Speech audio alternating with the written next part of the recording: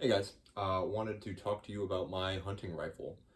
This is it here. I had started off with a Spanish Mauser in 308 that used to be my father's, and that had basically died, and I was looking for something else.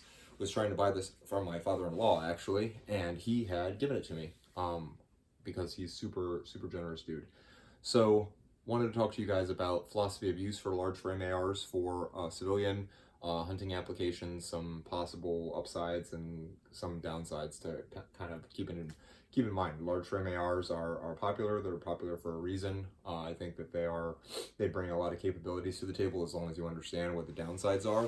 But ultimately, I think a lot of people um, probably don't need a large frame AR unless they've got some pretty specific sets of circumstances. So I like this as a hunting setup because I really want something with more penetrative capability than 5.56. I'm in South Florida and I hunt mostly pig with the occasional deer hunt, very occasional deer hunt.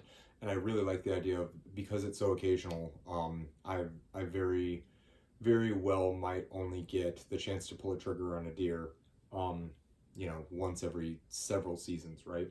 And it might be a suboptimal angle. I might have to break through a shoulder blade to get to vitals. And I just, to be honest with you, I don't feel super comfortable shooting 5.56 at a deer with the confidence of one shot hits.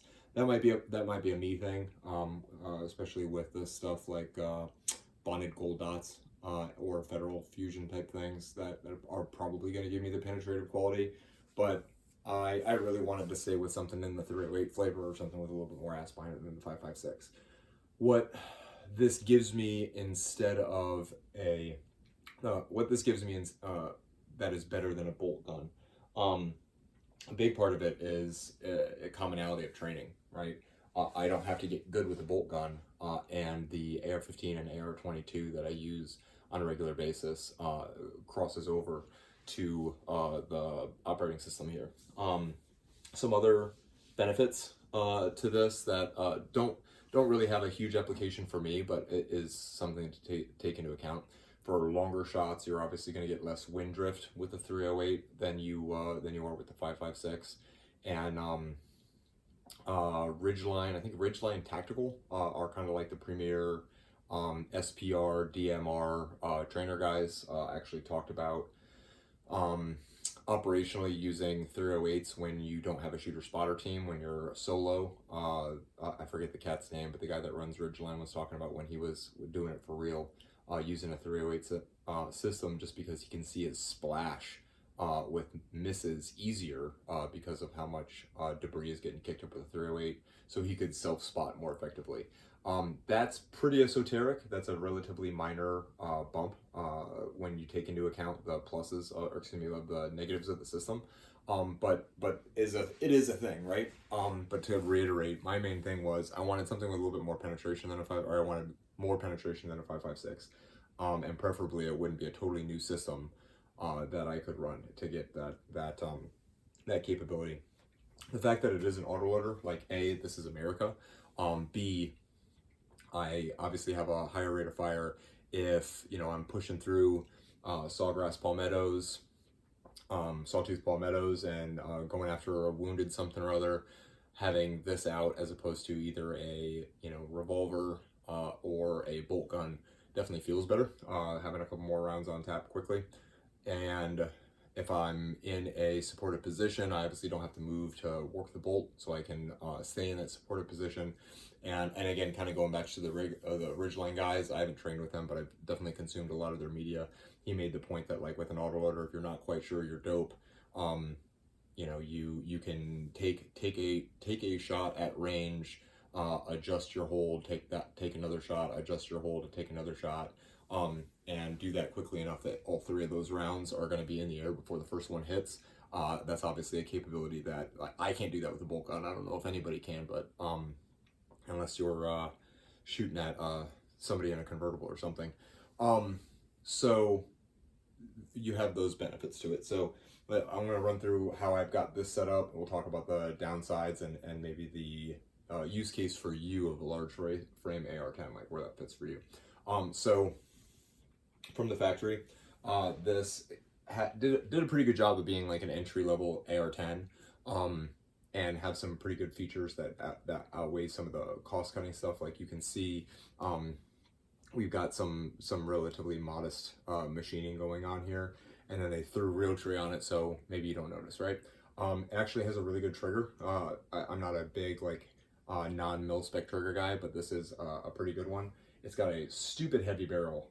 It's fluted in front of the Picatinny railed gas block here, but it gets super thick underneath this steel free float handguard. Steel or aluminum. It's definitely metal. Um, so you've got a good trigger, you've got a very rigid barrel, you've got a free floated tube. To me, that's all the things that you need for some decent precision work. All the other kind of like minor aesthetic stuff that they cut corners, like I can live with, especially if for a hunting gun and especially for the socioeconomic status that I have, right? So I did switch out some stuff. This wrap on the front here, that was actually my father-in-law's doing. He didn't like resting the metal handguard on a basically a metal rest on the deer stand, so it would make a metallic noise. So we wrapped it. This is just like a cling wrap, Curlix type of thing for first aid. It just happens to be camo, so it clings to itself. He gave me some of that. I added it to the stock over here. This is just an index point for my cheek as I was getting used to this setup with the new scope on a new rifle.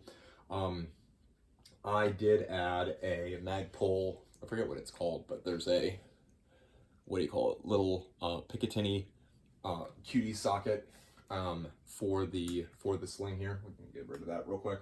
And then I did get the fixed Magpul full length rifle stock, mostly to be able to mount a sling and kind of a tactical sling instead of going from 6 o'clock to 6 o'clock on the factory stock options. Tons of storage in this. It's a little long for me, but it's usable. Magpul grip I switched out just to be a little bit more comfortable. I've got storage in there that I'm currently not using, but it's there if I need to. And to complete the trifecta of Magpulness, I got their, I think, MOE bipod. Pretty sure it's MOE attached to the sling stud up front here. The optic is the Athlon 2-12. I saw this optic reviewed by both Brass Facts and C-Does. I think his name's C-Does. I'll link to both of their guys' reviews on this, but it basically comes out to be probably the most bang for buck in that MPVO. Probably more magnification than I really need, but a really good reticle, super crisp. Comes with the flip up turrets. Lens cover. Comes with a detachable cattail. That's kind of what do you call, add on to it later on. You've got locking what do you call it, turrets here.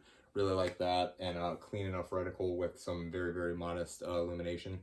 Basically everything that I could possibly ask from the scope, and then probably quite a bit more than I need. The only downside is this is the most expensive scope that I've ever bought, and I really like it. Like, I haven't shot a ton with it yet, but I really like it to the point where I'm super tempted to put it on my 5.56 gun and make it more into an SPR style setup. I also put it in Aero Precision's lightweight mount. So altogether, like, this optic is about 20 ounces. I want to say the mount is like a couple ounces. So you're talking about probably in the neighborhood of 22-23 ounces, maybe going all the way up to 25 with everything else, just for the optic itself, which that is going to be a thing. But I really like I said, if we're thinking about the mission of this, it's mostly static shooting, modest carry. I'm not going very far typically. If I am going to go far, I'm probably going to go with a different rifle. I've shot close range up drills, 7 to 25 yards with this, in addition to reaching out more in the process of zeroing and kind of playing around with it a bit and getting to know it. So it does a good job of reaching out, but does a better than average job up close. Okay, compared to a bolt gun, it's phenomenal in that regard. Compared to like a 5.56 AR, kind of subpar, just based on the split times that you're getting because of the recoil of the system.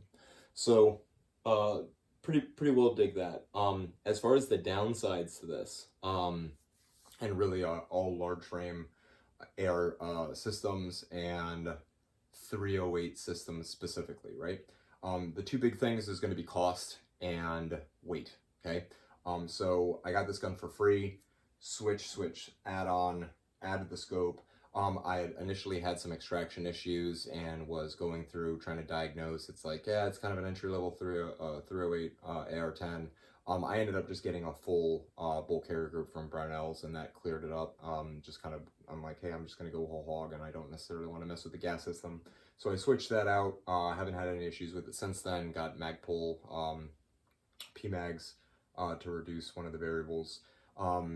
My the only other thing I hadn't touched on was the charging handle is Bravo Company manufacturing gunfighter one, which I had recommended to my father-in-law, and he took me up on that.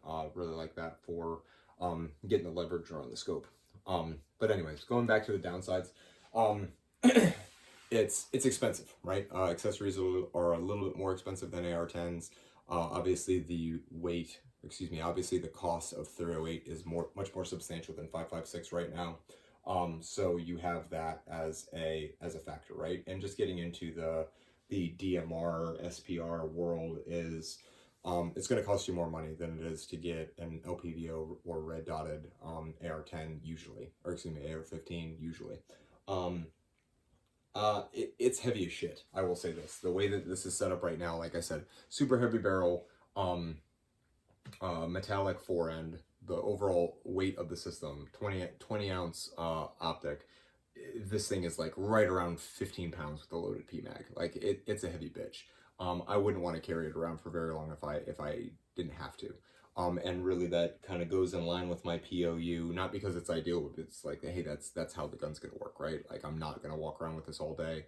I can deploy it from a vehicle. Like I can use it from a static position, either in defense or in a hunting situation. But to me, this is too heavy to be a general purpose rifle, like the vast majority of large frame AR-10s. There are some exceptions, but and that kind of brings me to the, like, what are these for? I think this is pretty great for what I'm going to use it for. I think that obviously if it was lighter and had all the same capabilities and 308 was cheaper, that would be pretty ideal. If I had to do this all over again, it would be very different. Like I said, this was a gift that I kind of tried to optimize for my setting, and I'm obviously not making any complaints about that. I don't know if I would go with 308 at this point, even having some pretty good stockpile of 308 when I transitioned from a bolt gun to this one. I think that there's a lot to be said about 6.5 Creedmoor, especially in large frame ARs. Once I was able to find out that this is a 20-inch 308. If you were to get a 14.5 pinned and welded, obviously 6.5 Creedmoor, you're getting essentially the same ballistics in a gun that's almost 6 inches, probably 7 inches shorter. That's pretty dope, right? In an ideal world, I can live without the rail tray. I'm being kind of nitpicky about that. In an ideal world, I'd have some type of rail that made accessory mounting a little bit easier. I could put at least when I wanted to, put a light on it. Have a couple more mounting locations for the bipod, maybe even be able to get into a laser aiming module if I ever wanted to get into, or if I ever had the opportunity to get into night vision. And obviously something cut to suppress would be cool too. Like that would be in an ideal world. So, if you are looking for a do-it-all rifle, like this ain't it. Like to me, this is probably my most specialized long gun. And it's just because realistically the weight, and I just can't get as much shooting done with it as I can with, say, like a 5.56 gun, because of the cost of the ammunition. So I would say, like, look into the Ruger SFAR. Is a pretty lightweight medium frame. It's actually shorter than a large frame and bigger than a standard AR-15. But it's not quite ready for prime time yet, from what I understand. As far as reliability goes, like expect to throw it back to Ruger and have them work on it for you. I'm really interested in, again, like that 6.5 Creedmoor in 14.5 inch barrel. I'm paying attention to the 8.6 blackout stuff. There's something to be said about a large frame AR pistol that you can run 8.6 subs and then throw that 14.5 Creedmoor upper onto. Like, that's a pretty interesting setup. But ultimately, like, if you're into one of these things or interested in one of these things, be real clear of what your philosophy of use is going to be. Like, do you want it to be a basically a Magnum general purpose rifle? You're gonna have to be really, really judicious on what you spend your weight budget on. Like, do you want it to be more? This is to me kind of like a semi-automatic sniper system for me. Slash, I guess you could say light sport weapon too. If you theoretically were to throw a D50 on this sucker, you could definitely do some workout to 200 or 300 yards in a rapid fashion. So, anyways, I'm kind of going off the rails and outside of my wheelhouse, but is this practical? Yeah, I think it is. I think it's right there on the cusp of a practical gun for a specific niche. Probably one of the guns that I shoot the least, but maybe one of my favorites too. So just throwing that out there. If you guys have any questions, put it down in the comments. I love all the feedback, the constructive feedback I've gotten both IRL and in the comment sections. Super useful. I'm figuring out this YouTube thing right alongside you guys. So please, like, you're not going to hurt my feelings. So any type of feedback is appreciated. So I appreciate that, guys, and see you next time.